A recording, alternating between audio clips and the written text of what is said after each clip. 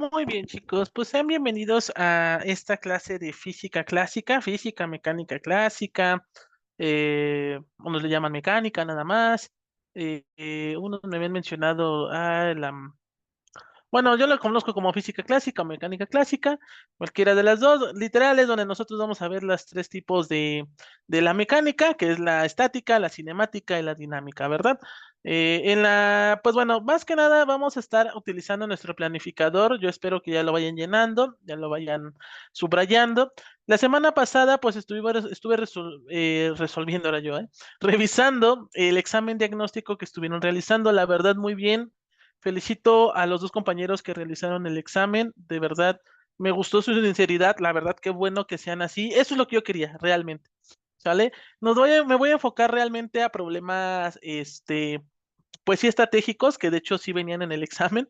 Y pues bueno, antes de iniciar con esto, pues vamos a tener como un retroceso, ¿sale? Vamos a estar viendo pues ciertos temas que a lo mejor pues se nos llegasen a olvidar. ¿Por qué? Porque realmente los temas que ustedes me dijeron que les costaba trabajo, pues bueno, tiene un parteaguas, ¿no? A los temas anteriores vistos en la materia, ¿sale? Entonces, basándonos en las semanas, ahora sí que voy a hacer mucho hincapié en las semanas, obviamente las clases que vamos a estar viendo en vivo pues son las que ustedes me dijeron, las que van a estar grabadas, pues bueno, van a ser estas que vamos a estar haciendo, ¿vale? La semana uno, pues bueno, ya cumplimos con nuestro examen, lo resolvimos, muchas felicidades. Vamos con la semana 2, que es el Sistema Internacional, que es el que ahorita vamos a ver, realmente no es como que veamos algo extraordinario, simplemente es algo que ya está estipulado, el Sistema Internacional de Unidades. Nada más hay que recordar cuáles son las unidades fundamentales que vamos a estar utilizando en física clásica o en mecánica clásica. Por último, vamos a pasar al tema de vectores, que este sí va a ser unos ejercicios que vamos a estar resolviendo, pero primero vamos a estar analizando el Sistema Internacional de Unidades. Realmente, pues bueno, todos los sistemas o bueno, todas estas fórmulas las pueden encontrar en un aplicativo que se llama Formulia. ¿Sale? La aplicación así nada más le ponen Formulia y en su Google Play les va a aparecer. ¿Sale? La aplicación es completamente gratuita. Obviamente, si ustedes quieren descargar o bueno, quieren tener la versión premium, en este caso para ingeniería, cuesta como 30 pesos, la verdad no cuesta mucho. No es mi aplicación, no le estoy dando publicidad a nadie, simplemente considero que es una de las mejores aplicaciones que sirven para, en este caso, tener formularios. En física, desafortunadamente, bueno, en todas las áreas exactas o básicas, se requieren de formularios, ¿no? Entonces hay ocasiones donde pues se nos llegan a olvidar ciertas fórmulas. Y no quiere decir que ya por eso ya no sepamos, sino que pues hay veces que se nos llegan a olvidar. Hasta a mí se me han olvidado, entonces... Eh, si a ustedes se les llegan se llegan a confundir o llegan a malinterpretar ciertas fórmulas, pues en estos casos es necesario descargar esta aplicación, ¿sale?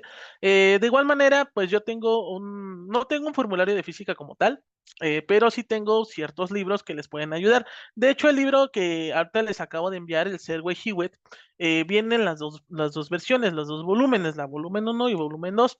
En el volumen uno viene un formulario, literal, son como 10 hojas. En las primeras hojas es un formulario súper extenso. Y como les mencionaba, ahorita que subí los archivos, pues los libros no solamente les van a servir para mecánica, les van a servir para muchísimas, muchísimas materias. Electricidad y magnetismo, para circuitos, para mecánica cuántica. De verdad es el santo grial, ¿sale? Todos los libros que vienen ahí. Los principales que yo la verdad utilizo, son el Serway, es el Resnick, ¿no? Que son libros de ingeniería, y nada más. Y el Tipler Mosca, ¿no? Que son los esenciales, considero yo, que les recomiendan a ustedes en la escuela. O bueno, o yo ya estoy muy viejo y hay nuevos libros, ¿verdad? Puede ser que ya también ya esté Rucairo, ¿ah? Pero bueno, en este caso son los libros que se utilizan y considero que son el santo grial para la resolución, pues, de problemas físicos. Algo muy importante que antes de continuar, algo muy importante que debemos de entender de la física es que no solamente es resolver el ejercicio por resolverlo. Nosotros debemos de interpretar y saber resolver el problema. Yo lo divido en 4 episodios. Primero, el entender el problema, leer el problema y comprenderlo. ¿Sale? Si nosotros entendemos y comprendemos lo que nos está pidiendo, pasamos a, en este caso, a separar los datos, a separar la información, toda la información que nos está brindando dicho problema. En tercero, el análisis. El análisis es, obviamente, resolverlo, graficarlo, utilizar diagramas de cuerpo libre, etc, etc. Y por último, literal, ya pasarlo a un lenguaje común, o en este caso, dar una respuesta final a nuestro problema. O sea, lo que nosotros entendemos es tal, tal, tal, tal, ¿qué tal? ¿Sale? Obviamente ahorita pues no tengo un problema como tal para decirles, ¿verdad? Pero con el paso de las clases vamos a estar viendo cómo podemos resolverlo en estos 4 procesos. Entonces, el primero es comprender el problema y entender el problema. En segundo, separar los datos, o bueno, en este caso, sí, tener como una tablita. De hecho, no sé si ustedes lo llegaron a ver en secundaria o en preparatoria. eh, bueno, yo en secundaria tenía una maestra muy buena. De hecho, la maestra nos ponía el problema, dividía la hoja, o sea, donde venía el problema, en 3 partes. Bueno, incluso hasta en 4, porque en la primera parte venía el problema, en segunda parte venía la gráfica, en tercera parte es donde nosotros teníamos que llenar los datos, o bueno, los datos que nos daba el problema, o separar los datos, y en cuarto, hacer los cálculos. Lo que yo les recomiendo es que hagamos eso, ¿les parece? Para que nosotros podamos, pues, definirlo, lo podamos, descifrar, ¿sale? Entonces, en estos casos, son los 4 puntos que yo les recomiendo, que podamos, resolver, ¿ok? Una vez que ya nosotros entendamos cómo resolver un problema físico, debemos de abrir un poquito nuestra mente, ¿sale? En esencia, porque las matemáticas, pues bueno, nos ayudan a resolver el problema, pero realmente la física es la que nos va a definir realmente el por qué sucede ese problema o qué es lo que está pasando en ese fenómeno, ¿sale? Entonces, por eso van de la mano, son hermanitas, la física y las matemáticas. ¿Por qué? Porque una, pues, te ayuda a analizar, te ayuda a calcular y te ayuda a entender realmente lo que está pasando en ese fenómeno, y la física te define el fenómeno, ¿sale? Entonces, en estos casos es lo que yo les recomiendo en estas circunstancias. Ahora, antes de pasar al tema, nada más hay que recalcar los temas que vamos a estar abordando durante estas 4 semanas restantes. La semana 2 estaremos viendo lo que es la estática y la cinemática. La verdad van a ser sesiones grabadas. En este caso sí las voy a estar grabando durante esta semana porque es un tema bastante extenso. No sé cuándo las vaya a grabar, la verdad. Lo más seguro es que yo se las grabe entre jueves y viernes para que ustedes las puedan visualizar sábado y domingo, ¿sale? De todos modos, les repito, y bueno, antes de terminar, antes de iniciar la sesión, las clases tienen nada más para visualizar las 48 horas después de que yo las haya subido. Por ejemplo, si yo las subo ahorita a las 4 de la tarde, ustedes tienen hasta las 4 de la tarde del día miércoles para visualizar la clase. ¿Por qué pasa esto? Pues bueno, porque ahorita estamos un poquito limitados en la cuestión de la nube, del almacenamiento de nube. Pues en estos casos lo que podemos hacer es, pues, visualizarlos hasta 48 horas y darlos de baja.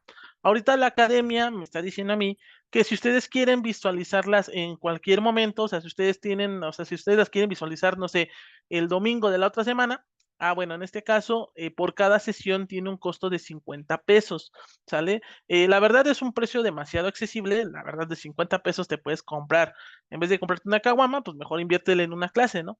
La ventaja es que este video, pues ahora sí que la intención es de que tú la puedas visualizar cuando tú quieras e incluso la puedas descargar. ¿Para qué? Para que tú la puedas ver en el metro, ¿no? Porque hay veces que en el metro, pues cuando estás en la línea subterránea, no hay señal, ¿verdad? O bueno, hay ocasiones. O en estos casos, a lo mejor pues sales de la ciudad y vas a, no sé, al pueblo de tu papá, de tu mamá, de tu abuelita, de tu abuelito, y pues bueno, no hay mucha señal allá, ¿no? Entonces, pues bueno, puedes grabar las clases, bueno, puedes descargar la clase y la puedes visualizar en cualquier momento. Entonces, cada sesión que estaría en 50 pesos. Por 2 horas, la verdad considero que para mí es una ganga, o sea, la verdad para mí es una ganga. Pero de todos modos, ahí ya es decisión propia. Ya si ustedes dicen, no, ¿sabes qué? No, se me hace muy caro, bueno, es muy tu problema, ¿sale? Yo cumplo con nada más dar la información, que es lo que me dijo la academia, ¿ok? Entonces, bueno, entonces en estos casos, esto sería la semana 2 de estática y cinemática. La semana 3 vamos a estar viendo lo que es movimiento circular, que siento que es lo que más les falló. Leyes de Newton no tanto, porque en leyes de Newton pues vienen lo que es la dinámica de una partícula, ¿sale? Sí, estas van a ser grabadas, van a ser igual sesiones grabadas, al final ustedes tienen que realizar las actividades que yo les voy enviando sí o sí. Siempre, como pueden observar, son ejercicios que van a realizar en su examen final, ¿sale? Es un examen que tienen que realizar sí o sí, ¿sale? ¿Para qué? Para que yo pueda visualizar si realmente están poniendo atención, ¿sale? La verdad, aprovechen este tipo de profesores que tienen porque, bueno, no es que yo sea un fregón y que yo me quiera adornar, pero lo que yo busco realmente en ustedes es que ustedes aprendan y comprendan realmente lo que estamos haciendo.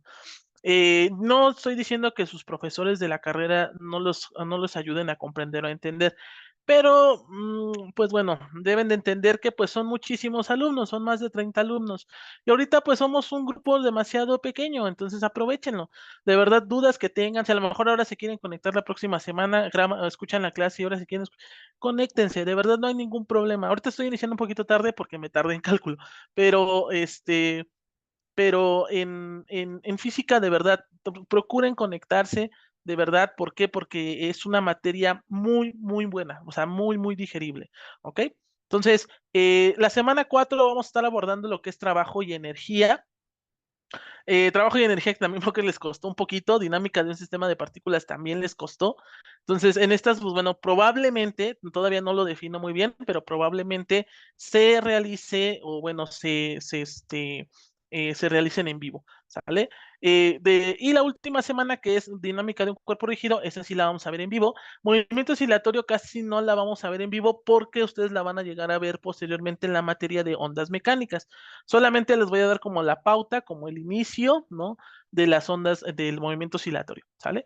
Y pues bueno, por último se va a hacer su examen final. Este examen sí es necesario que se conecten, chicos, por favor, conéctense en la hora, en el día, ¿sale? Obviamente si no se quieren conectar, bueno, ya yo veré, realmente es donde voy a ver el interés que ustedes le están poniendo yo les decía a los de cálculo, a este proyecto, pero no es el proyecto, realmente es pues a las ganas que ustedes quieren aprender y quieren entender la materia, ¿no? Y por algo ustedes la pagaron, o sea, de verdad aprovechen al máximo todo esto que se les está dando, ¿sale? Libros, archivos, tareas, de verdad, todo, todo, todo, aprovechenlo al máximo. La verdad, a mí me hubiera gustado mil veces que me hubieran, por 200 pesos, que en ese tiempo era una ganga, bueno, era un poquito más caro, pero ahora es una ganga. Eh, pero si, por ejemplo, a mí me llegaron a cobrar en la competencia, aunque no puedo decir nombres, en la competencia me llegaron a cobrar como 5,000 pesos nada más para aprender cálculo vectorial. Y la verdad, digo, ¿valió la pena? Sí, valió la pena porque sí fueron 5,000 pesos bien invertidos. Y ahorita, pues bueno, la verdad son 200 pesos, o sea, de verdad no es mucho, ¿no?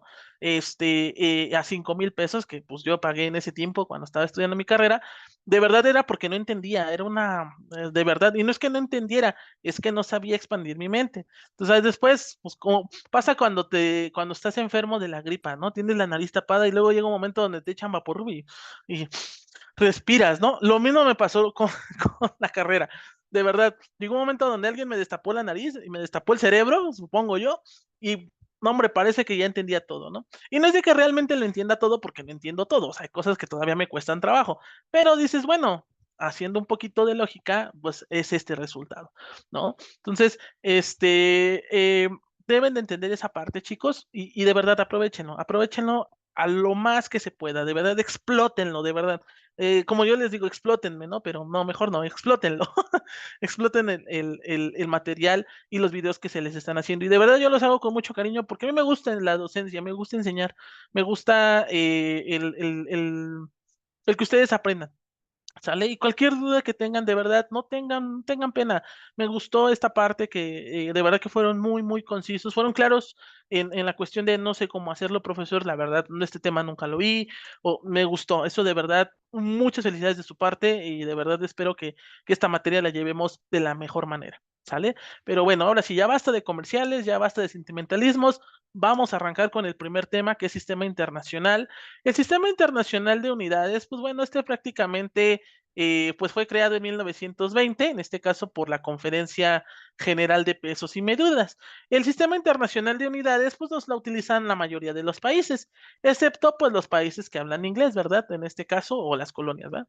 En este caso, Estados Unidos y Reino Unido no manejan pues el Sistema Internacional de Unidades. Ellos manejan el sistema anglosajón, lo que es la pulgada, el pie, ¿no? Etcétera, etcétera, ¿no? En estos casos, aquí en México, pues nosotros sí utilizamos el sistema internacional. Vamos a conocer las unidades fundamentales, bueno, las magnitudes que vamos a estar utilizando en esta materia. En este caso, vamos a estar utilizando lo que es la longitud, lo que es la masa, el tiempo. No vamos a ver mucho corriente eléctrica, pero puede ser que la lleguemos a ver. Temperatura, intensidad y cantidad de sustancia. En este caso, estas unidades fundamentales son las que realmente definen al sistema internacional, ¿vale? Y bueno, también existen las unidades derivadas. En este caso, ¿cuáles son las unidades derivadas? Pues bueno, que en estos casos, al mezclarse con las unidades fundamentales, pues forman otras unidades, ¿verdad? En el sistema internacional, o bueno, aquí en México, la longitud se mide en metros, la masa se mide en kilogramos, el tiempo en segundos, la corriente en amperes, la temperatura en Kelvin, la intensidad en candelas y la cantidad de sustancia en moles. Bueno, la temperatura en termodinámica es en kelvins, ¿no? Realmente nosotros utilizamos los grados centígrados, pero realmente para un experimento, o en este caso, cuando veamos una materia, lo vamos a estar viendo en kelvins, ¿vale? Pero bueno, aquí nosotros no lo vemos, desafortunadamente.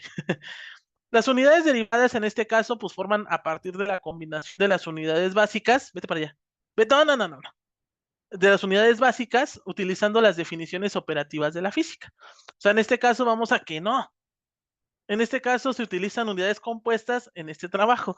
Por ejemplo, en la superficie, nosotros vamos a utilizar el metro cuadrado, ¿de verdad? En volumen, el metro cúbico. La velocidad, el metro por segundo. Perdón, es que tengo mi mascota y me anda. La aceleración, el metro por segundo al cuadrado. La velocidad angular, en este caso son los radianes sobre segundo. La aceleración angular, radianes sobre segundo al cuadrado. La frecuencia, los hertz, que es el inverso al segundo. La fuerza, que son los newtons, o también son los metros por los kilogramos por los segundos sobre segundo al cuadrado. ¿Sale? Y los joules, que se trata de la energía. Pues en estos casos, si se dan cuenta, las unidades derivadas pues bueno, se forman de acuerdo a las unidades fundamentales, o sea, literal es como la conexión o la mezcla entre estas unidades y forman pues estas unidades derivadas, ¿sale? Entonces estas son las que vamos a utilizar. Ahora, con respecto a la notación científica, también es importante que nosotros sepamos utilizar los prefijos. Esto para indicar ya sea cifras muy grandes o cifras muy pequeñas. Las que más se utilizan, pues bueno, aquí vamos a utilizar los deci, los deca, los hecto, los kilo, los mega, los giga y los tera. Pero también vamos a utilizar unidades pequeñas como los centi, los mili, los micro, los nano y los pico. ¿Sale? Entonces, estos son los que vamos a estar implementando en matemáticas. Bueno, sí, realmente en las matemáticas de la física.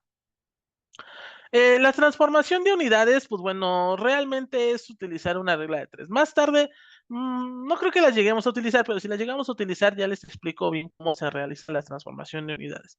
Pues no vamos a irnos realmente a grandes rasgos con la transformación de unidades. Con respecto a la teoría del error, bueno, ahorita pasando los ángulos, pasando a la teoría del error, cuando nos llegan a brindar valores posteriores al punto decimal, en este caso, si nos dan dos cifras después del punto decimal o dos valores decimales, en este caso, nosotros debemos de entender que nos deben de dar un valor positivo. A ver,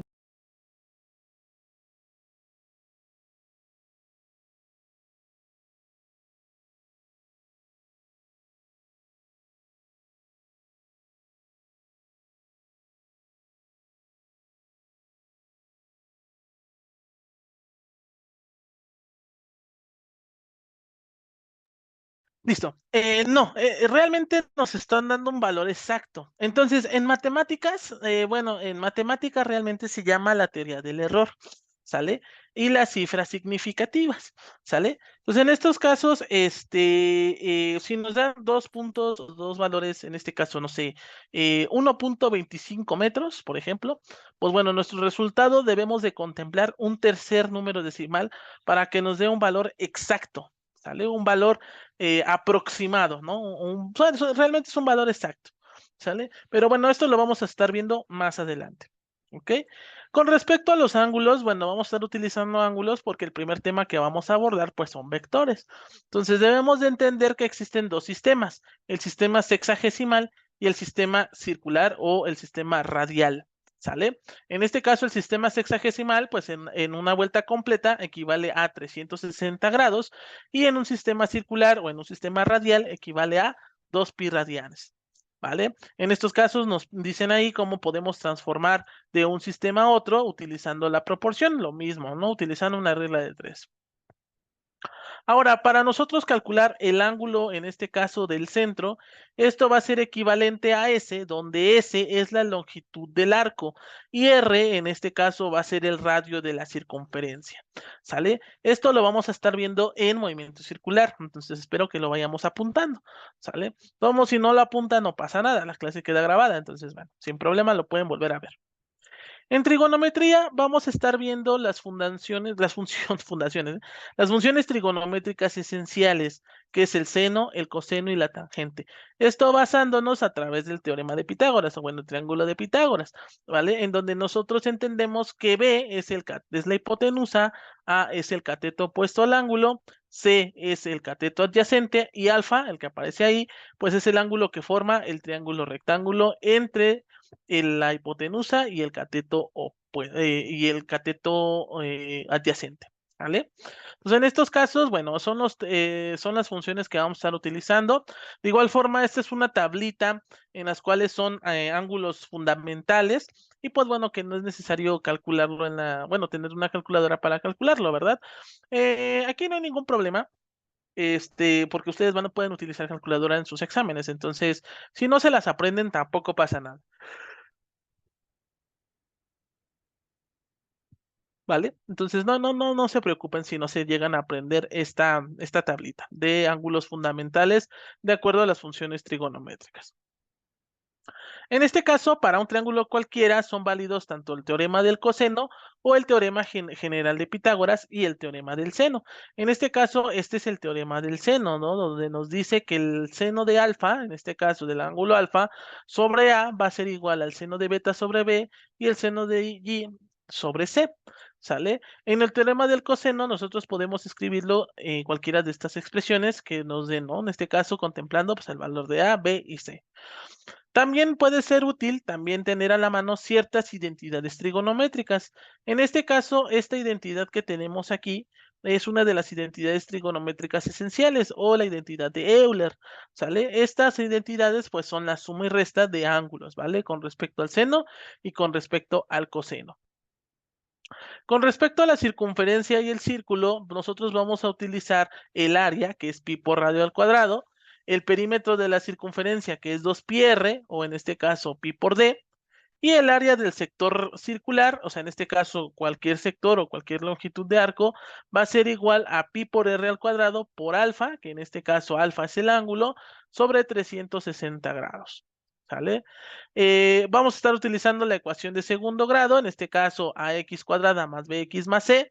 Y pues bueno, para obtener las soluciones podemos hacer uso de la chicharronera, que es esta de aquí, o podemos hacer uso de las factorizaciones, ¿sale? Podemos factorizar simplemente, etcétera, etcétera. También vamos a estar utilizando un sistema de ecuaciones lineales. Este sistema de ecuaciones lineales, pues bueno, vamos a estar utilizando el método de Kramer. Yo sé que ya ustedes están viendo en álgebra otros métodos, ¿no? El método de Gauss-Jordan, pero de por sí es un poco complicado. Esos métodos dejémoslo para más adelante, que no se los pidan. Por el momento, nosotros vamos a utilizar el método que más se nos facilite. En este caso, el método de Kramer. Y pues este es muy sencillo. Simplemente, pues bueno, va a ser equivalente a a, a, ay, se me olvidó la palabra, se me fue la palabra. En este caso, las determinantes, perdón, es que ando perdido. Las determinantes, en este caso para obtener a x1, a x2, en este caso es la determinante que se forma, ¿no? Aquí podemos observar cómo está definida, dividida entre la determinante principal. La determinante principal, en este caso, es la que forma la ecuación lineal. En estos casos, B1 y B2, pues son los resultados de ambas ecuaciones. Cuando nosotros queremos obtener la determinante de X o la determinante de Y, bueno, aquí en este caso X1 y X2, sustituimos los valores que tengamos en X1 y ponemos el valor de los resultados, ¿verdad? Y pues realmente estos serían los valores o en estos casos las soluciones a nuestras ecuaciones, ¿sale? Entonces, esta pues sería los métodos que estaríamos utilizando de acuerdo al teorema, a, a las identidades físicas, ¿sale? Uy, perdón, chicos. Vamos a ver un ejemplo para que nos quede un poquito más claro de cómo vamos a estar utilizando estos métodos. Ahorita no se me preocupen, ahorita nada más síganme la corriente, todavía no les estoy diciendo de qué tipo de problema estamos relacionando, nada más vean cómo se resuelve haciendo uso pues de todo lo que acabamos de ver ahí arriba, ¿sale? Nos dice una partícula que se mueve sobre el eje X con aceleración constante de 2 metros sobre segundo al cuadrado, se encuentra a 11 metros de origen, en este caso en t igual a 2 segundos, y a 41 metros del origen, en este caso en t igual a 5 segundos. Lo que nos piden es que determinemos la posición y la rapidez inicial de la partícula.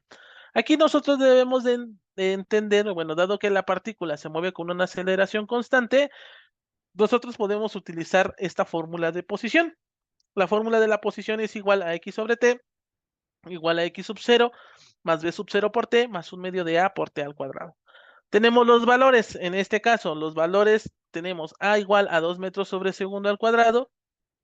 En este caso tenemos dos tiempos, el primer tiempo en 41, en 2 segundos y el segundo tiempo en 5 segundos. O sea, en este caso la partícula inicialmente se movió a los 2 segundos 41 metros y después, en este caso a los 5 segundos, se movió, perdón, a los 2 segundos se movió 11 metros y a los 5 segundos se le sumaron 41 metros, ¿sale? Entonces, en este caso, lo primero que tenemos que hacer es obtener, pues, los valores que tengamos en estos tiempos. ¿Para qué? Para que obtengamos la posición inicial, que es lo que realmente nos están pidiendo, ¿verdad? Realmente, pues bueno, lo que hacemos es sustituir los valores. En este caso nos quedaría 11 y 41 igual a x sub 0 más b sub 0 por 2, en este caso por toda esta expresión, y nos da un sistema de ecuaciones de dos incógnitas, ¿vale? En este caso nos quedaría x sub 0 más 2b sub 0, x sub 0 más 5b sub 0. En este caso, bueno, aquí lo que pasó es que no pusieron los valores, pero bueno, en estos casos b sub 0 es nuestra ecuación, ¿verdad? Bueno, aquí no es necesario que la, eh, tenemos 2, 5. Ah, bueno, sí, exactamente. Entonces aquí en estos casos, bueno, donde no tenemos valores, no pasa nada. Aquí, por ejemplo, les puso 1 para no afectar al sistema, ¿no? Pero le podemos poner b sub 0, le podemos poner x sub 0. Nuestra velocidad inicial, ¿dónde se está bien dejado? No, la velocidad inicial también nos las están pidiendo, ¿verdad? Entonces, en estos casos, bueno, lo que nos piden es obtener a este valor y a este valor. En x sub 0, aquí en estos casos, bueno, le pusieron 1 y 1, pero le pueden poner pues el valor b sub 0 y b sub 0. Al final, cuando nosotros resolvamos por Kramer, se van a eliminar esos términos y pues realmente nuestro sistema equivaldría a x sub 0 igual a 1. O sea, en este caso, su posición inicial equivale a 1 y la velocidad inicial va a partir desde 3 metros sobre segundo. Entonces pueden ponerle aquí B sub 0 o X sub 0 o aquí le pusieron 1, ¿sale? No pasa nada, no hay ningún problema, ¿sale? Entonces en estos casos esta sería pues la respuesta correcta. 3 metros sobre segundo y 1 metro, ¿ok? Muy bien, entonces esto así es como nosotros vamos a estar utilizando pues estos métodos. Ahora, las funciones. Las funciones es una relación en este caso que se transforma un elemento de entrada, a este método de entrada lo vamos a llamar la variable independiente, en un elemento de salida, que en estos casos lo vamos a llamar la variable independiente. Prácticamente es como una caja o bueno, en este caso como una maquinita que tú le metes aquí pues la monedita, lo transforma y pues bueno, ya sea que saques tu peluchito o lo que quieras sacar, ¿no? Como lo veámoslo como una maquinita, ¿no? Entonces en estos casos esta función pues que va a escribirse de la siguiente forma. En este caso f de x es equivalente a y, donde x es la variable dependiente y y es la variable dependiente de quién, pues de x, ¿verdad? Por ejemplo, tenemos diferentes funciones. Y igual a f de x igual a 2x más 3, b igual a g de t igual a 5t más 4, y x igual a h de t 5 más t menos 5t al cuadrado. Aquí, por ejemplo, nosotros vamos a estar definiéndolo con respecto a t, con respecto al tiempo, ¿sale? Entonces vamos a estar viendo estas funciones. Vamos a conocer lo que es bueno, ya la conocemos, la función lineal. La función lineal está definida como x más b, donde m, pues en este caso, es la pendiente y b, pues en este caso, pues es el corrimiento, o en este caso la inclinación que se está formando entre esa función lineal. ¿Sale? Aquí es lo que podemos observar. Bueno, aquí nos dice b es el punto donde la recta corta al eje y, determinado coeficiente de posición o intercepción, ¿verdad? Entonces la intersección más que nada. Y pues bueno, así es como nosotros podemos definir a la función lineal con respecto a la pendiente, ¿no? Con respecto a su ecuación y con respecto a la intersección, ¿sale? Que hay entre el eje y. La función cuadrática, de igual manera, pues nosotros la podemos calcular de la siguiente forma. Recordemos que la función cuadrática, pues es una parábola, ¿no? Entonces, en estos casos, pues bueno, es como nosotros podemos obtener estos valores, ¿sale? Eh, Bueno, estos temas ahorita los vemos. Sí, estos no los vamos a ver ahorita porque si no, nos estamos saltando temas, ¿vale? En la cuestión de las derivadas, pues bueno, en este caso corresponde a la determinación de la pendiente de la recta tangente a una curva en un punto dado. En este caso, la función continua de una variable, como se muestra en la figura. Aquí nosotros podemos definir lo que es una función, en este caso f de x, y nosotros entendemos que la pendiente entre los dos puntos, en este caso, pues es la diferencia, ¿verdad? La diferencia que hay. Entonces la derivada de y sobre dx equivale pues a delta x infinitesimalmente pequeño. O sea, es decir, entre más pequeño se haga delta de x, pues nos vamos a ir aproximando a cero, ¿verdad? Esto lo podemos obtener con la definición del límite, ¿sale? La definición del límite pues es equivalente a el límite cuando delta x tiende a cero de f de x2 menos f de x1 sobre x2 menos x1. ¿Sale? Como x2 en este caso, pues es lo mismo que x más x1 más delta x, pues podemos reescribir la derivada, ¿no? Y realmente, pues esta sería la definición de la derivada. Algunas propiedades, bueno, esto lo vimos en cálculo o lo estamos viendo en cálculo, ¿no? Entonces, esto más que nada, pues es la definición de la derivada. Algunas propiedades que se utilizan en la derivada, pues en este caso es cuando tenemos la multiplicación de un coeficiente por una función, cuando tenemos propiedades de linealidad, en este caso suma y resta, cuando tenemos la multiplicación de dos funciones, cuando tenemos, en este caso, una función dentro de otra función, aplicamos la famosa regla de la cadena. Esta es la famosa regla de la cadena. Y pues bueno, cuando tenemos segundas derivadas, ¿verdad? Estas segundas derivadas las vamos a estar viendo pues en la aceleración. Pero bueno, me estoy adelantando a temas. Las derivadas, en este caso, de algunas funciones esenciales, pues bueno, vamos a estar viendo lo que es una exponencial, ¿no? O derivadas exponentes, lo que es la derivada del seno, del coseno, la tangente y del logaritmo natural, ¿sale? Entonces son algunas derivadas que vamos a estar, pues, analizando durante pues, estas sesiones en física, ¿ok? Y pues bueno, creo que ya con eso estamos por terminado. Bueno, las integrales, cuando veamos trabajo y energía, en este caso, la integración es el proceso inverso de la derivación, ¿verdad? En este caso, pues esto va a ser equivalente a f de x más c, ¿no? Eh, en estos casos, bueno, prácticamente puede afirmarse que su integral corresponde al área entre la curva y el eje X entre intervalos, en este caso X1 y X2. El pequeño elemento marcado es aproximadamente, en este caso, a f de xy por, en estos casos, delta xy. Y pues bueno, si nosotros sumamos cada pedacito, pues nos va a dar el área de x1, ¿no? O en este caso, pues toda el área que se está formando de esta línea amarilla. Esto esencialmente se le conoce como la suma de Riemann y pues bueno, prácticamente haciendo la aproximación obtenemos pues la integral.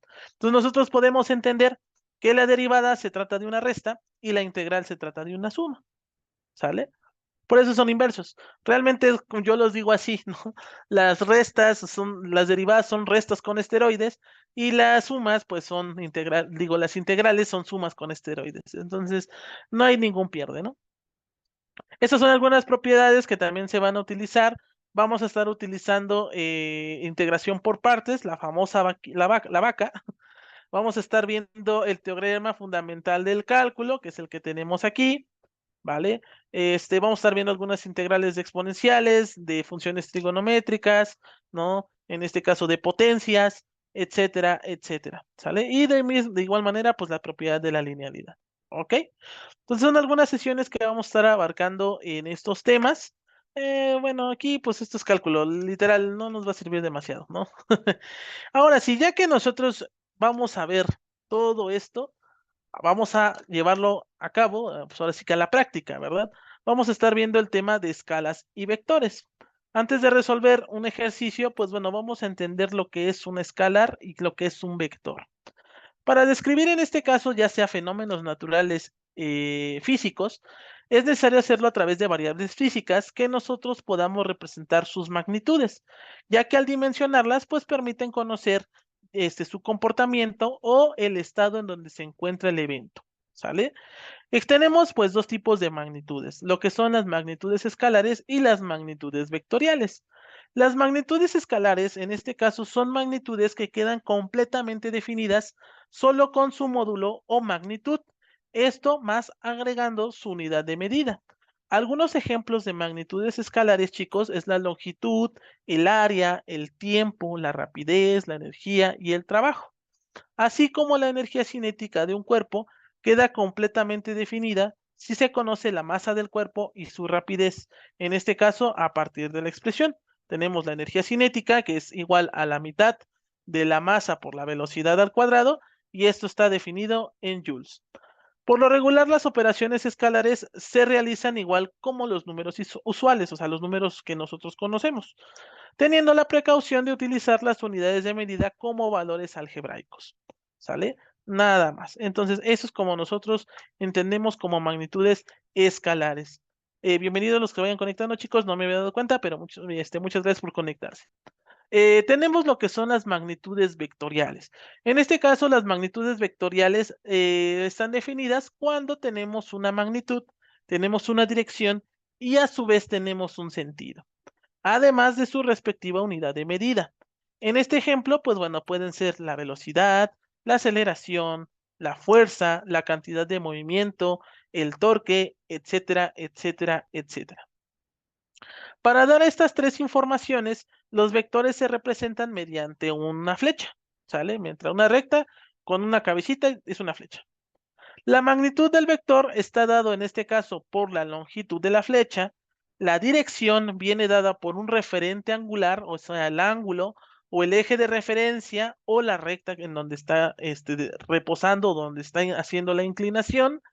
Y el sentido es el dado por la flecha y corresponde a una orientación geográfica. En este caso, por una orientación respecto a una recta numérica o a un sistema de coordenadas rectangulares, ya sea arriba, abajo, izquierda, derecha, atrás o adelante, porque el sistema de coordenadas puede ser en 2 y hasta en 3 dimensiones, ¿vale? Entonces, bueno, que son las que conocemos realmente, ¿no? Yo sé que ya dicen que ya existen como 20,000 dimensiones, pero bueno, a mí nada más me enseñaron que hay 3 dimensiones, ¿no? Entonces, en estos casos puede ser definido en 2 o hasta en 3 dimensiones. Para que dos vectores en este caso sean iguales, sus tres características también deben de ser iguales. Es decir, si sus dos vectores son iguales cuando tienen una misma magnitud, un mismo módulo, una misma dirección o un mismo sentido. ¿Sale? Entonces, en estos casos, esta es la definición de magnitud vectorial. Muy bien, aquí nos están definiendo de una forma, bueno, lo están haciendo en su forma gráfica, ¿no? En cómo nosotros podemos obtener la definición del módulo, la magnitud del vector A. En este caso, este sería el vector A. Ahorita lo estamos viendo en dos variables, bueno, en dos variables, en dos dimensiones. Nos dicen que también se trata, en estos casos, cuando se trata de un vector, debemos de marcar su condición y así poder diferenciarlo de una unidad escalar. En este caso, si se trata de un vector, es necesario ponerle su sombrero, ese sombrerito pues es una flechita. Y o en estos casos también podemos nombrar al vector con letra en negrita. Lo que yo les recomiendo es que mejor lo hagamos en flechita, ¿sale? Que le pongamos su sombrerito. Aquí, por ejemplo, pues lo están definiendo con su sombrerito. Por ejemplo, para el vector A de la figura, nos podemos definir lo que es la magnitud, lo que es la dirección, y bueno, en este caso, bueno, sí, la dirección y el sentido, ¿no? En donde se está generando. En este caso podemos observar que va en sentido, pues, hacia la derecha, ¿verdad? Va hacia la derecha y, pues, bueno, está en un valor positivo, ¿no? Podemos verificar que tiene una posición inicial y una posición final, ¿verdad? En ambas variables, en este caso en la variable X y en la variable Y. Entonces, para nosotros obtener la magnitud, esto va a ser equivalente al módulo. El módulo es es el valor absoluto o también la raíz cuadrada, en este caso de x menos 2 menos x menos 1, perdón, x2 menos x1 al cuadrado más y2 menos y1 al cuadrado. ¿Sale? Esa sería, pues, cómo podemos obtener la magnitud de un vector. Para obtener la dirección, en este caso es el arco tangente o la tangente a la menos 1, en este caso de y2 menos y1 sobre x2 menos x1. ¿Sale? Para obtener, por ejemplo, el seno del ángulo, pues esto va a ser igual a y2 menos y1 sobre el módulo de A, o bueno, simplemente si yo quiero obtener la distancia entre y2, bueno, en este caso la distancia en términos de y del vector, esto va a ser igual al módulo de A por el seno de teta, y si yo quiero obtener la distancia en términos de x, entonces va a ser igual a al módulo de A por el coseno de teta. Y esto también nosotros lo podemos definir así, chicos, ¿sale? También lo van a ver en sus libros de esta forma. Esto también va a ser definido como delta y delta x, ¿sale?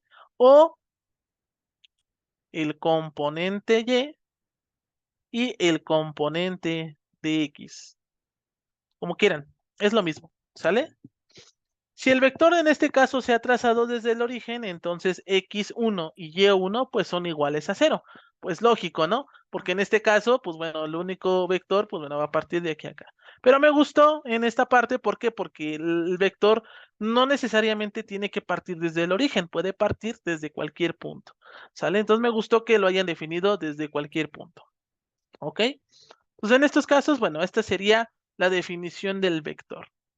Ahora, vamos a la suma de vectores. En este caso, vamos con el método gráfico. Los vectores en este caso se forman de la punta, o sea, se colocan de forma que la punta coincida con el origen y en este caso del siguiente valor. Esto sin perder las características de ambos vectores. El vector suma se obtiene en este caso uniendo el origen del primer vector con la punta del último. Por ejemplo, aquí tenemos en este caso el vector A y el vector B. El vector A, ¿no? Lo mantenemos a la misma posición y el vector B, en este caso, pues bueno, va a ser este, pues bueno, en este caso es el que sigue al vector A, ¿no? Bueno, aquí lo hicieron así, ¿no? Pero también lo podemos dibujar de esta forma. En este caso el vector a ver si me queda el vector A, creo que sí me va a quedar el vector A. Y el vector B. Es lo mismo, ¿eh? No se confundan, pero bueno, aquí lo definieron así. Yo lo voy a definir como pues realmente debe de ser, con un orden, ¿verdad? Y este sería el vector B. Y realmente, pues en este caso, la dirección inicial o el punto inicial de A hasta el punto final de B, pues en este caso sería la sumatoria de ambos vectores. A más B, ¿sale? Aquí lo definieron así, no pasa nada. Si se dan cuenta es la misma figura, nada más que es el complemento, ¿no? Hasta parece que es un paralelogramo. Y de hecho, pues ahí viene la fórmula del paralelogramo. Pero bueno, esa es otra historia. El inverso de un vector, y en este caso la resta de los vectores, corresponde en este caso a otro vector de igual magnitud y dirección, pero con respecto o en sentido contrario o sentido opuesto.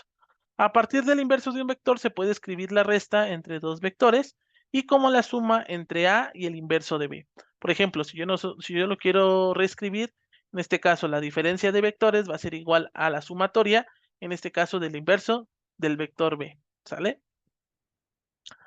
Aquí vamos a ver la multiplicación de un vector por un escalar. Es necesario primero, pues, conocer, ¿no?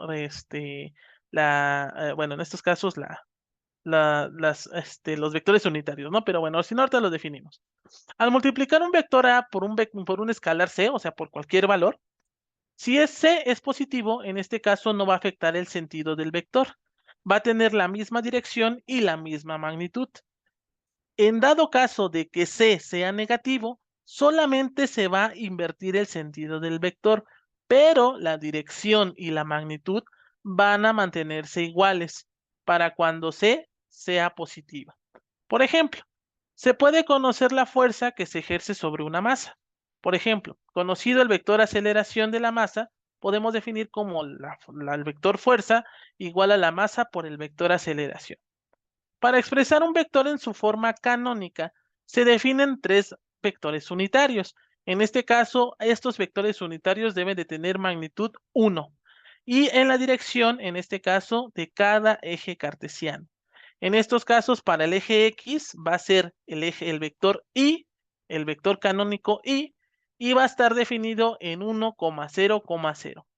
¿Sale? Por eso se le llaman vectores unitarios, ¿sale? En el eje Y, pues bueno, va a estar el vector unitario J o el vector canónico J y equivale a 0,1,0. Y por último, en este caso, el vector Z, o bueno, para el eje Z, va a ser K igual a 0,0,1.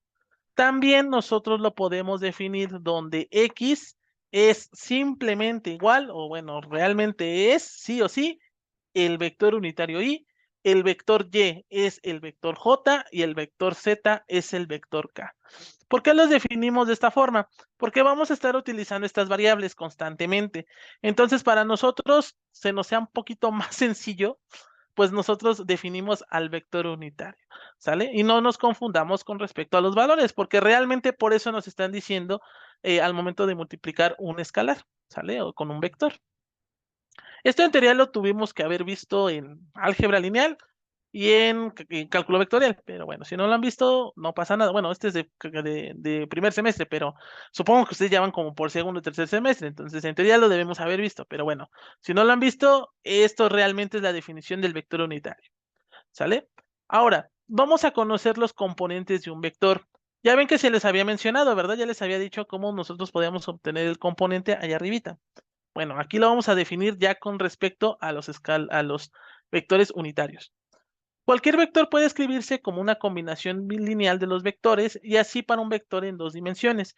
En este caso, también los vectores unitarios, chicos, nos van a ayudar a definir, en este caso, una función escalar de una función vectorial o viceversa, de una función vectorial a una función escalar.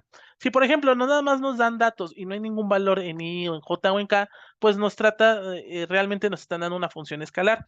Pero si hay valores en i, en j y en k, pues nos tratan de una función vectorial, ¿sale? Pero bueno, realmente también para eso nos va a servir.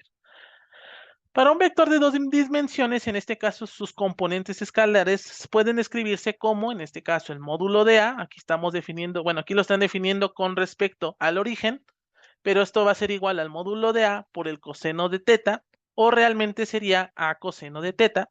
Y pues bueno, AY va a ser igual a el módulo de A, en este caso el módulo que de A, por el seno de teta igual al seno de teta.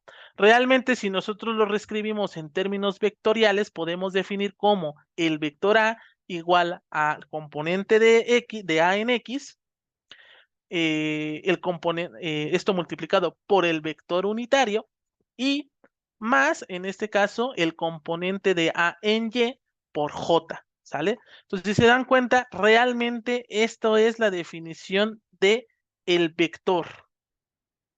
Y esto grábenselo muy bien, ¿sale? Que es lo que vamos a estar viendo a continuación. Si nosotros consideramos un valor cualesquiera, en este caso, un vector cualquiera, nosotros lo podemos definir hasta en tres dimensiones. Por ejemplo, aquí lo tenemos. Este realmente sería nuestro vector A. Y si se dan cuenta, va a tener componentes en X, en Y y en Z.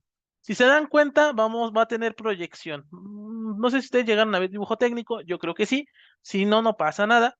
Realmente son las proyecciones que se generan o las sombras que se generan en el vector. Por ejemplo, si nosotros ponemos así un haz de luz, ¿no? En este caso, pues bueno, va a proyectar sombra en esta pared y en esta pared. ¿sale? Entonces, en estos casos nos podemos observar que sí o sí va a tener componentes, ¿ok? Y pues de igual forma también podemos definir, en este caso este es un vector en 2 dimensiones, este aquí lo voy a poner, y este de acá es la definición del vector en 3 dimensiones. ¿Sale? De igual forma, su magnitud no hay ningún problema, lo podemos calcular sin ningún problema. Esto va a ser igual al módulo de A y esto va a ser a su vez igual a la raíz cuadrada de AX, o en este caso el componente de A en X al cuadrado, más la componente en Y al cuadrado, más la componente en Z al cuadrado. La dirección dada en esta casa va a ser dado por los cosenos directores. Aquí nada más hay una pequeña variación. ¿Por qué? Porque nosotros lo estamos viendo con respecto a la proyección en X, ¿verdad? Entonces, en estos casos, utilizando los cosenos directores, el ángulo de alfa que se genera en X, porque realmente es lo que está pasando en X, va a ser igual al arco coseno del componente en X sobre A. O sea, el valor que tenga A, la magnitud de A, ¿verdad? Si, por ejemplo, queremos obtener el ángulo que se forma en Y, en este caso nosotros lo vamos a llamar beta. ¿Cuál es ese ángulo? Pues este de aquí. Este de aquí. ¿Sale? Beta. Este es beta. Y esto va a ser igual al arco coseno del módulo, o perdón, del componente en Y sobre A, o la magnitud de A. Y por último en Z. En este caso es este de aquí. Suponiendo la sombra. Aquí voy a sombrear el vector, ¿eh? Este sigue siendo el vector, pero sombreadito, ¿eh? No vayan a pensar que es otro vector. Sigue siendo el mismo vector, pero sombreadito. Es este ángulo que se forma aquí. ¿Sale? Y en estos casos, este lo llaman G o G. No G. Le pueden llamar como quieran, ¿eh? Yo le voy a llamar teta también si quieren. Pero bueno, para no confundirnos con 2 dimensiones y 3 dimensiones. Pero este sería G. Y en estos casos, de igual forma, sería el arco coseno del componente en Z con respecto a el módulo. Y también podemos observar que al momento de nosotros sumar los ángulos, en estos casos con respecto al coseno, ya sea de alfa, beta o y, nos va a dar el valor de 1. ¿Sale?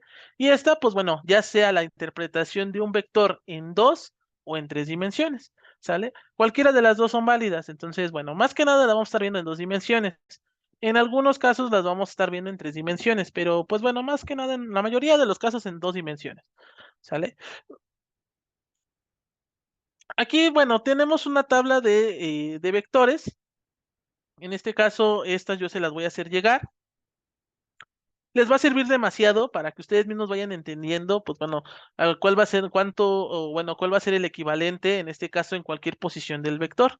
En este caso, en un vector, en un valor unidimensional, pues en este caso son los valores que nos están dando. En un valor bidimensional, pues son estos valores. Y en un valor tridimensional, pues son estos valores. En este caso, recordemos que en una gráfica bidimensional se llaman cuadrantes y en este caso, en un valor tridimensional se le llaman octantes, ¿sale? Esto también lo llegan a ver un poquito en cálculo vectorial, ¿no? Pero bueno, si no lo han visto, no pasa nada. Todos lo están viendo aquí, ¿ok? Entonces, esta sería pues las expresiones de los vectores. Ahora, vamos a ver la suma de vectores de acuerdo a sus componentes. ¿Sale? En este caso tenemos dos vectores. Si nosotros tenemos dos vectores, en este caso debemos de recordar que deben de estar definidas los componentes multiplicados por su vector unitario. Eso ya lo entendimos, ¿no? Y pues bueno, para nosotros realizar la suma, para sumar vectores realmente, en este caso debemos de sumar los componentes que estén con respecto a su unidad de medida, perdón, a su unidad de medida, a su vector unitario. En este caso, nosotros tenemos que sumar el componente X con el componente BX que esté en el vector unitario en Y. En este caso en J, pues va a ser el componente en Y más el componente B en Y. Y K, pues en este caso AZ más BZ, ¿sale? Entonces, esto creo que es lo que debemos de entender. A diferencia de los escalares, que nosotros podíamos multiplicar y sumarlos donde querramos, en las sumas vectoriales no, es un poquito diferente, ¿sale? Algunas de las propiedades del álgebra de vectores, en este caso es la conmutatividad, la asociatividad y la distribución. la distribución de un escalar, ¿no? Se me lengua la traba, perdónenme. ¿Sale? Pues en estos casos, pues bueno, esa sería la respuesta, ¿sale? Muy bien, entonces vamos a ver si ya tengo las herramientas para resolver el ejercicio, creo que sí. No, todavía no. Me faltan dos temas, espérenme, todavía no acabo. Estos todavía no los vamos a hacer, estos de los apuntes, ¿sale? O bueno, no, sí, vamos a verlo, ¿vale? Para que sea mucho más sencillo. Nos dicen cuatro vectores se encuentran en un plano XY, en un plano bidimensional. El módulo del vector A equivale a 20 unidades, el módulo o la magnitud, ¿sale? Recuérdenlo muy bien. Y forma un ángulo de 40 grados con el eje X. El vector B tiene una magnitud de 15 unidades y forma un ángulo de 30 grados respecto al eje Y. Aquí está. Y el vector C, perdón, aquí está. Y el vector C tiene un valor de 10 unidades y tiene un triángulo rectángulo de catetos 4 y 3. Aquí nos están definiendo, ¿sale? Puede formarse bajo él, tal como se indica en la figura. Un vector D parte del origen en el punto -6, -7. Escriba cada vector en términos de sus componentes canónicas, el módulo del vector D y el vector resultante de los cuatro vectores. O sea, no piden mucho, ¿verdad? Primero nos piden que calculemos el vector D, ¿no? Primero debemos de definir el vector D. No, bueno, vamos a hacerlo por partes. Aquí nos están diciendo que primero saquemos al vector A. Bueno, en la figura nosotros podemos observar el vector A y sus respectivas componentes, por lo cual puede escribirse de la siguiente forma. O sea, primero los componentes. ¿Cómo podemos calcular los componentes? Pues bueno, en este caso tenemos el coseno de 40 grados es igual a el componente en X sobre el módulo de A. Si nos piden encontrar el componente en X, pues esto va a ser equivalente a 15.3 y en este caso en términos de Y, pues obteniendo el seno va a ser igual al módulo por el seno de 40 grados y esto va a ser equivalente a 12.9. Por lo tanto, los componentes del vector van a ser el vector A en 15.3 en I más 12.9 en J. ¿Sale? Bueno, ya obtuvimos el primer componente. Vamos a obtener el segundo vector, ¿no? Los componentes del vector. En este caso aquí nosotros tenemos el seno de 30 grados que se forman con respecto al eje Y. Aquí mucha atención, esto es muy importante. ¿Por qué? Porque si se dan cuenta, con respecto a B, es el cateto opuesto. ¿Por qué? Porque es con respecto al ángulo, ¿sale? A este ángulo de aquí. Entonces, recuerden, el seno es el cateto opuesto sobre la hipotenusa.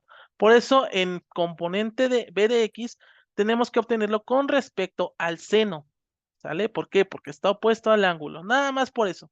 Grábenselo muy bien. Porque también es lo que yo considero que ustedes llegan a perder, ¿sale? Entonces, si yo veo que mi cateto está opuesto a un ángulo, tengo que utilizar el seno. Tan tan, se acabó, fin. ¿Sale? Y esto pues nos daría como resultado el módulo de B por el seno de 30 grados y nos daría 7.5. ¿Sale? En términos, en este caso, del coseno, perdón, en términos del componente Y, vamos a utilizar el coseno. ¿Por qué? Porque ya utilizamos el seno, ¿verdad? Entonces, ¿qué nos queda? Pues el coseno. Entonces, esto nos sería igual al módulo de B por el coseno de 30 multiplicado por el coseno de 30 grados y nos da como resultado 12.9. Ahora, nosotros debemos de observar que el valor, en este caso en Y, o nuestro vector Y, va a ser positivo y el valor en J va a ser negativo. ¿Por qué? Porque nuestra dirección va hacia abajo, ¿no? Por lo tanto, pues va a ser negativo. Entonces, en términos de X, pues va a ser positivo y en términos de Y va a ser negativo. Por eso nuestro componente sería 7.5 en Y menos 12.9 en J, ¿sale? Hasta eso también tenemos que aprender a descifrarlo, bueno, en este caso a definir el componente, ¿sale? Muy bien. Ahora vamos a ver el componente en C. El componente en C nos dice que es equivalente, lo mismo, ¿verdad? Tenemos el componente en X de C sobre el módulo, esto es igual al coseno de teta, pero vaya sorpresa, ¿verdad? No tenemos al coseno de teta.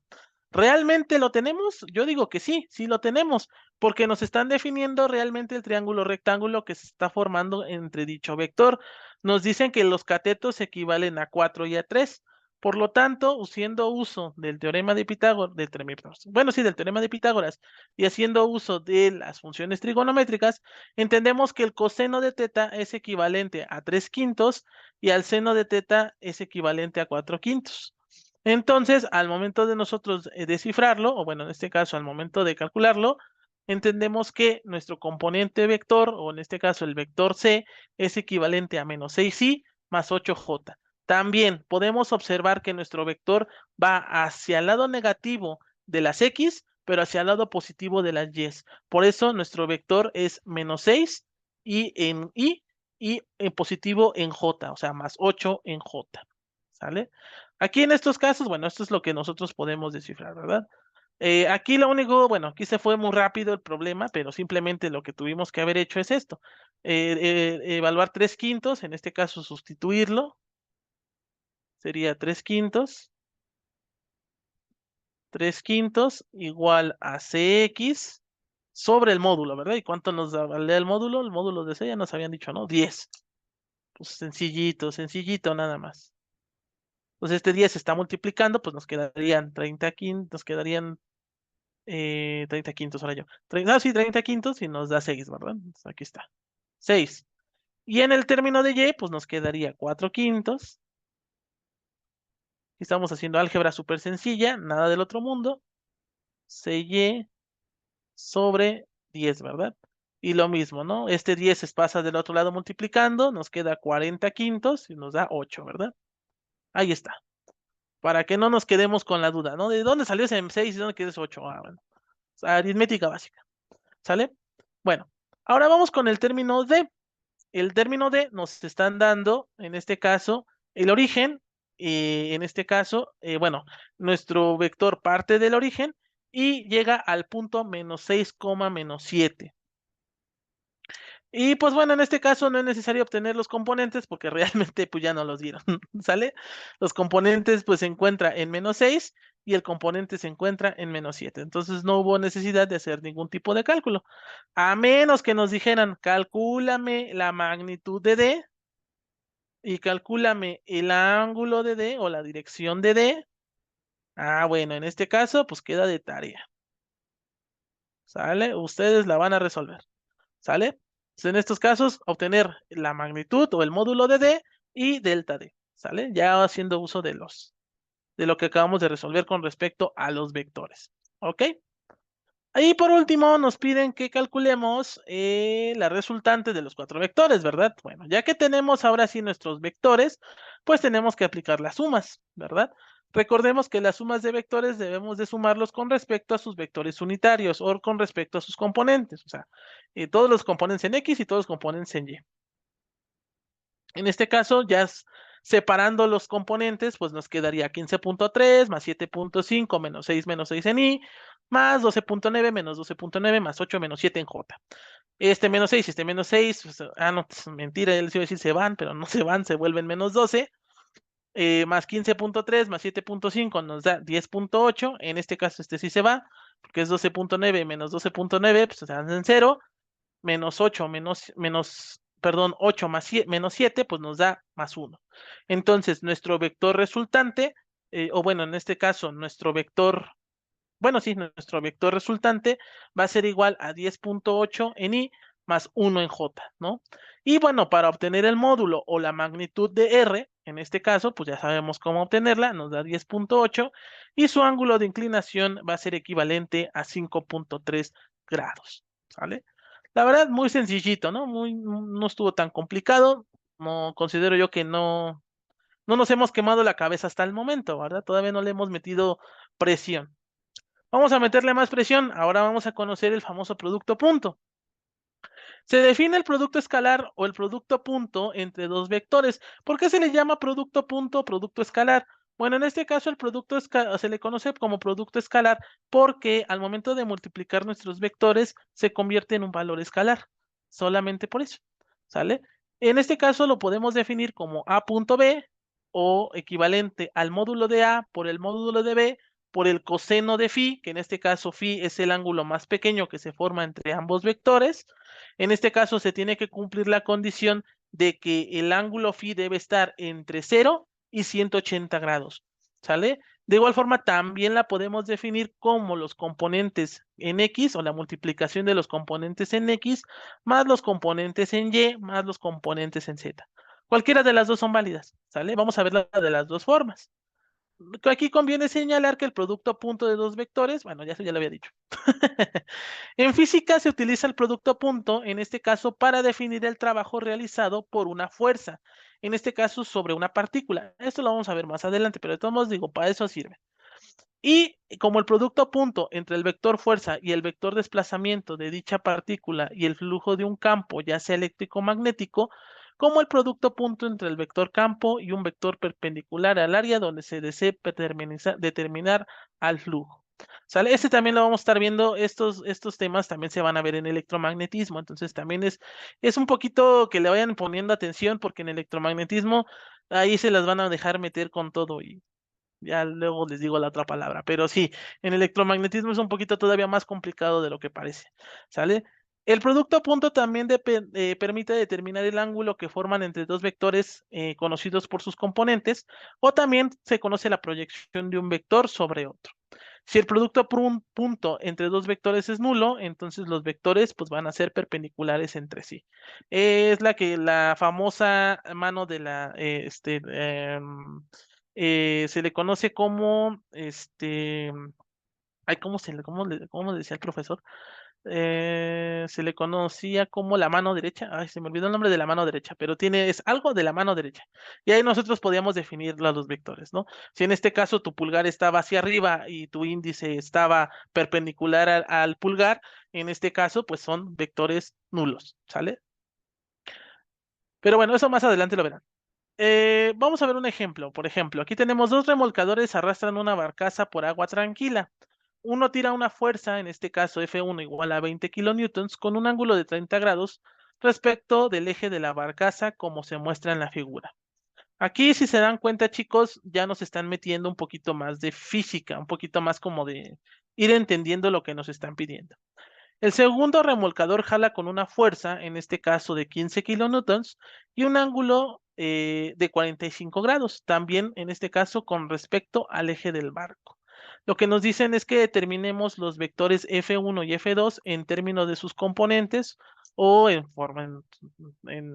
vector unitario, pues, en sus componentes canónicas, la fuerza total del vector, en este caso con la que se jalan los remolcadores, la magnitud y dirección de la fuerza resultante y el ángulo que se forma entre F1 con F2. Y esto a partir de en este caso, el producto punto de F1 por F2. ¿Sale? Vamos a ver el problema. Primero lo que nos dicen es que debemos de obtener sus componentes canónicas. Muy sencillo. Pueden expresarse de la siguiente forma. En este caso tenemos F1 es igual al módulo de F1 por el coseno de 30 más F1 por el seno de 30 grados. ¿Por qué de dónde saqué el 30 grados? Pues de la figura, aquí está. Este sería nuestro componente, bueno, este sería nuestro ángulo de inclinación, ¿sale? En este caso, esta es la dirección que se está manejando, pues en este caso la fuerza 1, ¿sale? Entonces, por eso, pues así lo obtuvimos. Y pues bueno, en estos casos, esto nos daría como resultado 17.3 más 10 en J. ¿Sale? Entonces, estas serían pues los componentes, en este caso canónico, o bueno, en este caso sería el vector F1, ¿sale? Eh, Aquí, por ejemplo, donde sacamos el módulo, pues bueno, el módulo, aquí está, equivale a 20 kilonewtons, ¿verdad? Los voy a ir poniendo para que no nos vayamos confundiendo. F1 va a ser igual a 20 kilonewtons. En este caso, el módulo F2, porque nos están dando los módulos. Hay ocasiones donde no nos los dan, ¿verdad? En este caso F2 equivale a 15 kilonewtons, ¿verdad?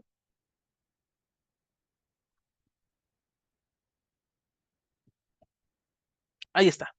Entonces, en este caso, pues este sería el resultado, ¿verdad? Entonces, en F2 sería 15 kilonewtons por coseno de 45. En este caso, vamos a ver cómo se comporta el ángulo. En este caso, podemos observar que el ángulo está con respecto al eje del barco. En este caso, este de aquí es el eje del barco, lo vamos a llamar el eje X. ¿Sale? No está aquí como pasó con el ejercicio anterior. Es lo que yo quiero que ustedes observen, ¿sale? A diferencia de este, miren, el eje, en este caso el ángulo que se formaba era con el eje Y, negativo. Aquí no, aquí se está formando el ángulo con respecto al eje X, o bueno, nos están dando el valor del ángulo con respecto al eje X. Por lo tanto, pues sí se tiene que cumplir con la fórmula que tenemos, ¿no? Del coseno y el seno. Entonces, en estos casos va a ser igual a 15 por el coseno de 45 menos, ¿por qué menos? Pues bueno, porque recordemos que va hacia abajo, ¿verdad? La dirección. Entonces va hacia el eje Y negativo. Y esto pues va a ser igual a la magnitud por el seno de 45 en J. Y esto pues nos daría como resultado ya el vector fuerza 2, o en este caso el vector F2, va a ser igual a 10.6 menos 10.6 en J. Entonces ya una vez obtenido, ahora sí, los vectores, vamos a obtener la fuerza total. La fuerza total es la sumatoria de fuerzas, ¿verdad? Aplicando pues ley de Newton. Usando uso de los componentes, en este caso, pues vamos a hacer la siguiente expresión.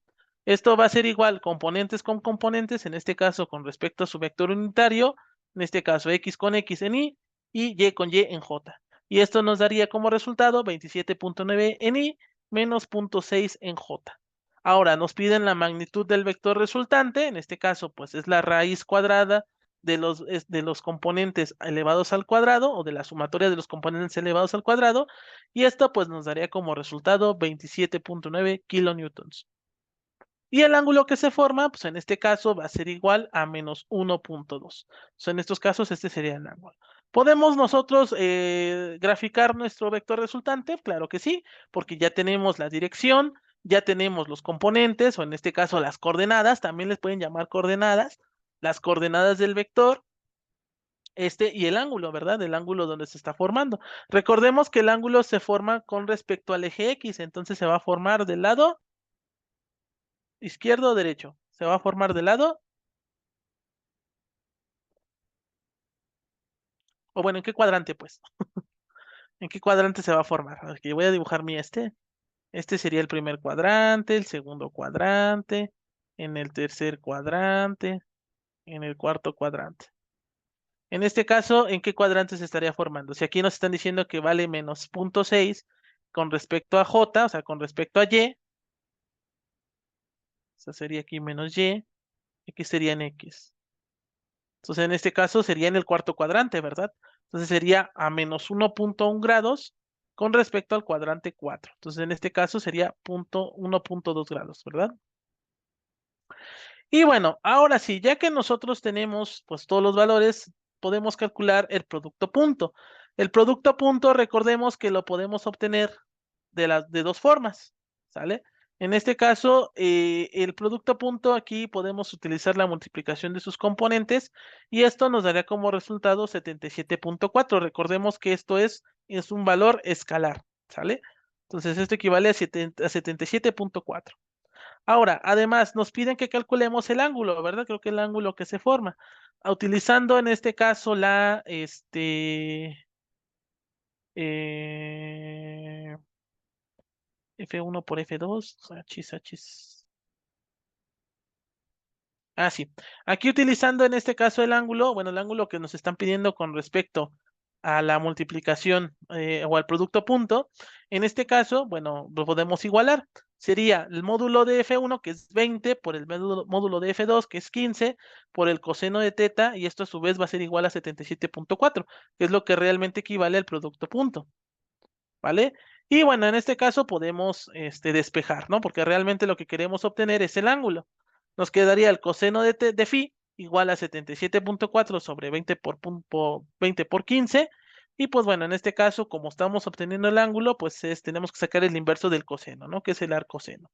Por lo tanto, el ángulo que se forma con respecto, en este caso el producto punto que se forma con respecto al vector 1, o en sí, al vector 1, a la fuerza 1 y a la fuerza 2, es de 75 grados. Y en efecto, podemos observarlo de una forma gráfica, o sea, si aquí nos están diciendo que este ángulo es con respecto al eje X y este ángulo es con respecto al eje X, pues no hay que ser muy tontos, ¿verdad? Solamente se suma 30 más 45 y nos dan los 75 grados. Y si se dan cuenta, pues bueno, si hacemos el cálculo con respecto a los productos punto, pues nos va a dar los mismos 75 grados.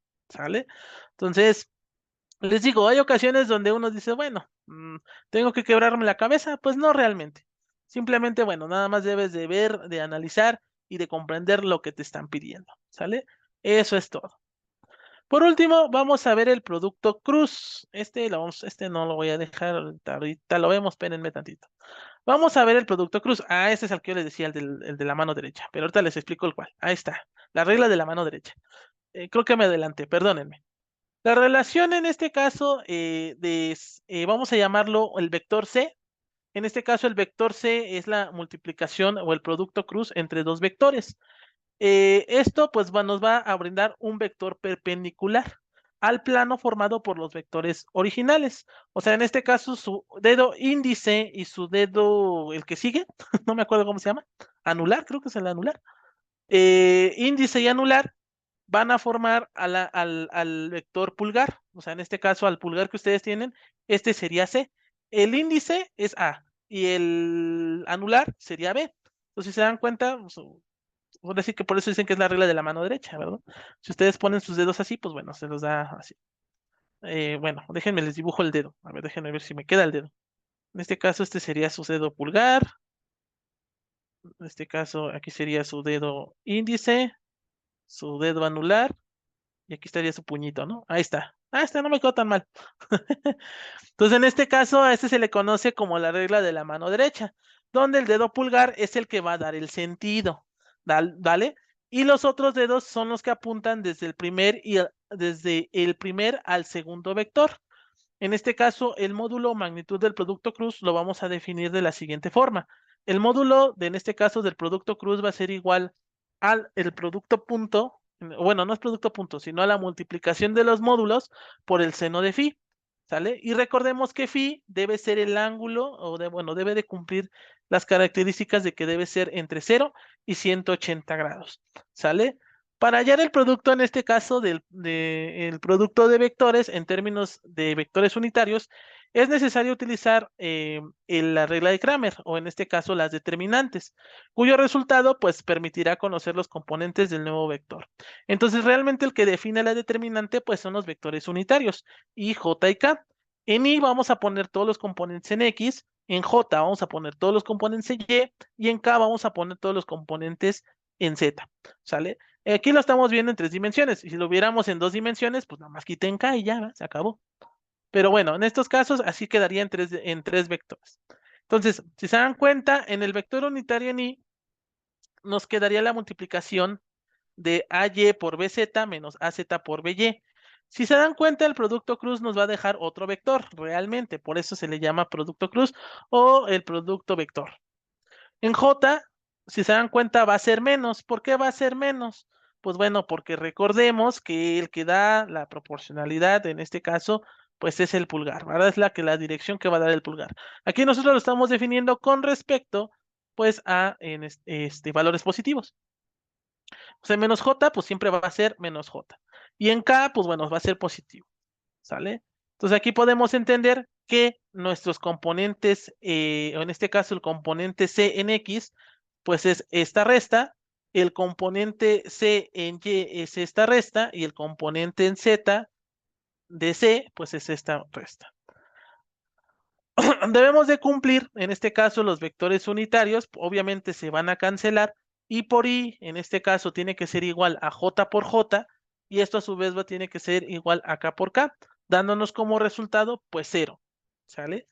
Si nosotros tenemos, en estos casos, estas expresiones, tenemos I por J, nos va a dar igual el valor de menos K, I por K nos va a dar el valor de J, y K por J nos va a dar el valor de I. ¿Sale? Esto es lógico. ¿Por qué? Porque es lo que nos está diciendo, ¿no? Desde un principio. Si yo tengo dos vectores perpendiculares, pues me va a dar un vector cruz, ¿no? O un producto cruz, ¿no? Me va a dar un vector, un vector pulgar. Bueno, es que le llamo vector pulgar, pero bueno, le pueden llamar como quieran. Un vector con producto, ¿no? En estos casos lo mismo pasa aquí. Si yo, por ejemplo, multiplico a I por J, o sea, mi vector unitario en I por el vector J, pues me va a dar K, ¿verdad? Si yo multiplico a I por K, en este caso I por K, pues me va a dar J. Y si yo multiplico K por J, o sea, el producto cruz, pues me va a dar I. Esto desde que lo definimos de arriba, ¿sale? Por eso aquí en estas vectores, si yo multiplico a i por i, pues me va a dar 0, porque realmente se anulan. J por j también me va a dar 0 porque se anulan. Y k por k también me va a dar 0 porque se anula. Entonces, si nosotros podemos revisar, nos dice que menos i por j me va a dar k. Pues en efecto, no importa en qué posición se encuentre i, nuestro vector unitario en i puede estar en un valor negativo o en un valor positivo, pero siempre me va a dar un vector vertical, ¿no? Un vector perpendicular. O en este caso, un vector pulgar. Entonces, en estos casos no importa.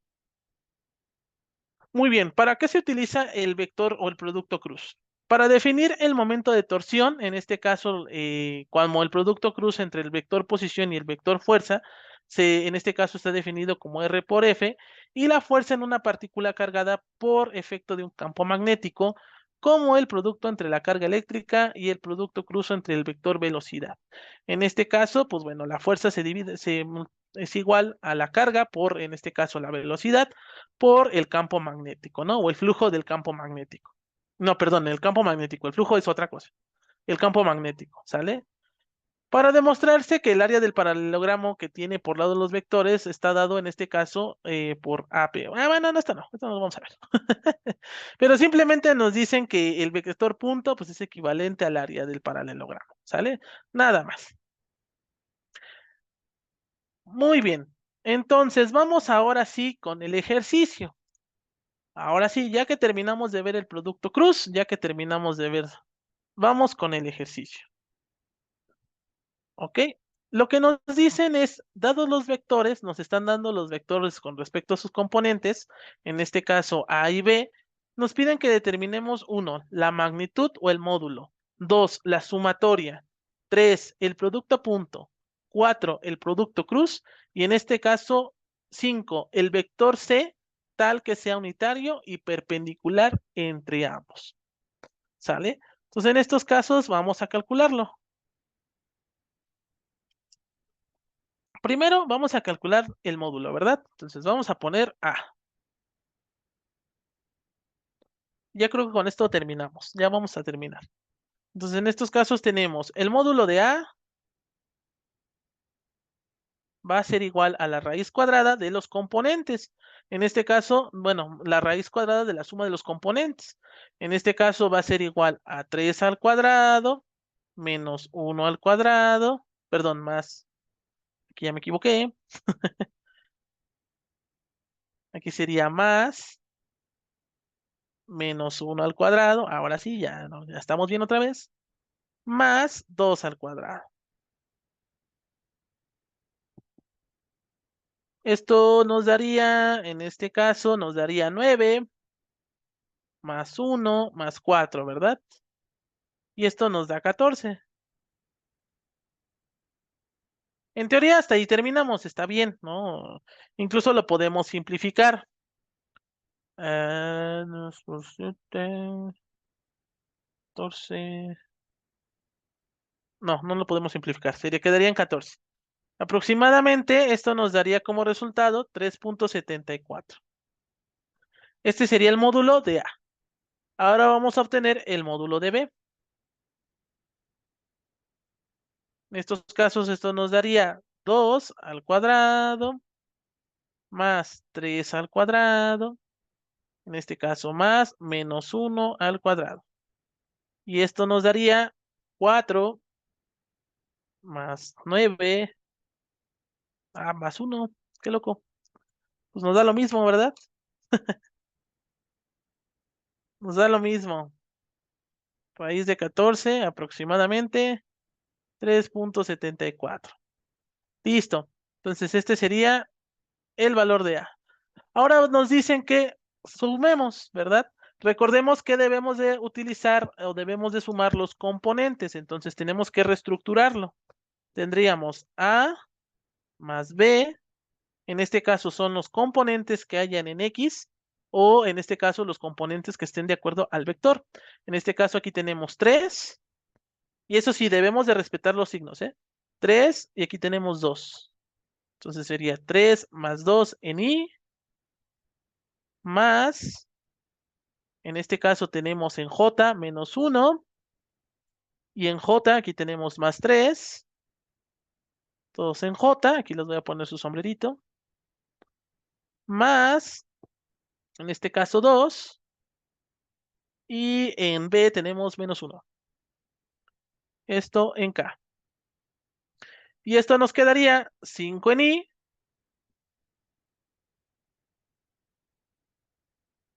tendremos aquí -1 más 3, nos quedaría 2 en J, más K.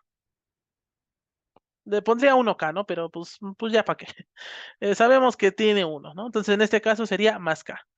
Y nos dicen que la sumatoria, pues en estos casos es 5 en I más 2 en J más K. ¿Sale? Otra forma también de que, como podemos de reescribir nuestro vector, es de esta forma. No poniéndolo entre paréntesis, porque poniéndolo entre paréntesis, recordemos que son las coordenadas. ¿Sale? En este caso, yo lo pongo entre estos como pequeños piquitos, ¿no? No se me olvidó el nombre, la verdad, discúlpenme. Entonces, en este caso es 5, 2 y 1. También es una forma de definir, en este caso, pues un vector, ¿no? Un vector suma. O bueno, cualquier vector, ¿sale? Cualquiera de las dos es válida, pero si ustedes nada más la quieren dejar así, también. Otra forma en las que pueden definirlo, en este caso, sería... No, es así nada más. Así nada más, ¿sale? Entonces, estas serían, pues, la forma de definir. Ahora, el producto punto. El producto punto, recordemos que de igual forma debemos de multiplicar con respecto a los componentes, ¿verdad? Entonces, y pues bueno, nos va a convertir en un escalar. Entonces aquí no es necesario ponerlo. Bueno, aquí le vamos a poner 3 por 2 más -1 por 3 más 2 por 1. ¿Sale? Y esto nos... Ah, perdón, 2 por -1. Aquí me equivoqué. Jijiji. 2 por -1. Y esto nos quedaría 6 menos 3 menos 2, ¿verdad? Y esto nos daría como resultado 1. ¿Sale? Entonces este sería el producto escalar de nuestro vector. Y por último, bueno, no, penúltimo, tendremos el producto cruz. Vamos a utilizar las determinantes, ¿verdad? O la regla de Kramer. En este caso tenemos a xb,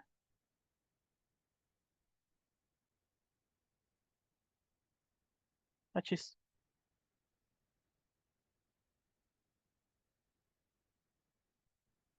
en este caso, vamos a definir con respecto al vector unitario en términos de i, en términos de j y en términos de k. Y en i debemos de poner las componentes, ¿verdad? Vamos a poner a 3, vamos a poner a 2, vamos a poner a -1, vamos a poner a 3, a 2 y a -1. ¿Sale? En términos de i, pues bueno, vamos a quitar ahí, en este caso. O sea, lo que yo hago es tapar ahí y multiplicar diagonalmente, ¿no? Sería -1 por -1, que sería -1 por -1, en este caso, menos,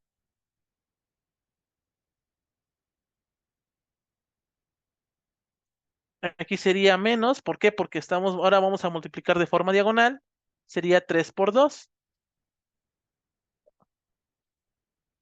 3 por 2, en este caso, en i. Menos, aquí voy a ponerlo aquí abajito, ahora en j, tapo a j, nos quedaría 3 por -1, menos 2 por 2, en este caso en j, más, tapo acá y nos quedaría 3 por 3, 9, bueno, 3 por 3, lo voy a poner aquí, 3 por 3, menos 2 por -1, ¿verdad? Entonces nos quedaría 2 por -1, ¿sale? Y pues bueno, aquí lo voy a poner, ¿no? Esto ya nos quedaría como resultado en i,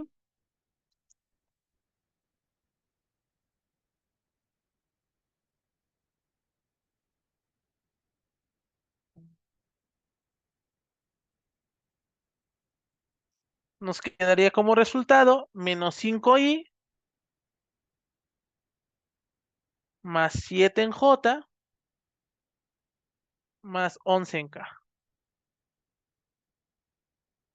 Les ponemos sus casitas, ¿verdad? Entonces esa sería la respuesta correcta. Aquí me faltó poner K. Perdón. ¿Listo? Entonces estos serían los resultados.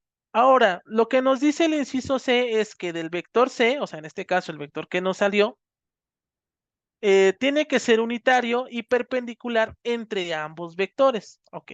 Bueno, lo que vamos a hacer es lo siguiente. Primero vamos a calcular la magnitud. ¿Sale? Uy, sí, ya me lo acabamos. La magnitud en este caso ya lo voy a poner directo, ¿verdad? Porque ya en teoría ya lo debemos de saber hacer. En este caso, esto va a ser equivalente a 13.9 unidades.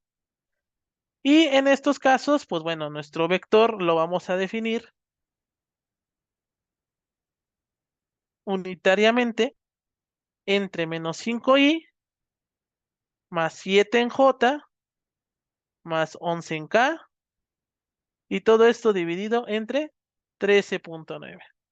Entonces, en este caso, este sería el vector que va a ser unitario y a su vez va a ser perpendicular entre ambos vectores. ¿Sale? Esta sería la respuesta correcta. ¿Ok? Y pues bueno, chicos, así es como terminamos de ver el tema de vectores. La verdad estuvo bastante interesante. La verdad había cosas que ya no se me habían olvidado, perdónenme. Entonces me tuve que guiar, pero considero yo que entendimos a la perfección. Y pues bueno, esto es lo que vamos a estar utilizando en días posteriores, para que ustedes lo vayan, pues haciendo, ¿sale? De tarea, pues no les dejé tarea. Les voy a dejar los ejercicios, obviamente, en el Classroom. Por favor, háganlos, no se queden con la duda. Obviamente, pues sí les voy a meter, pues chido, ¿no? Entonces, para que ustedes pues mismos vayan teniendo dudas y si hay dudas, pues me las vayan haciendo saber, ¿sale? Tienen el grupo de WhatsApp, tienen el grupo de Classroom. Les repito, las clases nada más pueden visualizarse hasta 48 horas, o sea, si ahorita yo las subo a las 4, tienen hasta el día miércoles antes de las 2, antes de las 4, perdón, para ver la clase. Si ustedes quieren verla en cualquier otro día, me comenta la academia que pueden hacerlo. Si ustedes realizan la compra de cada video tiene un costo de 50 pesos.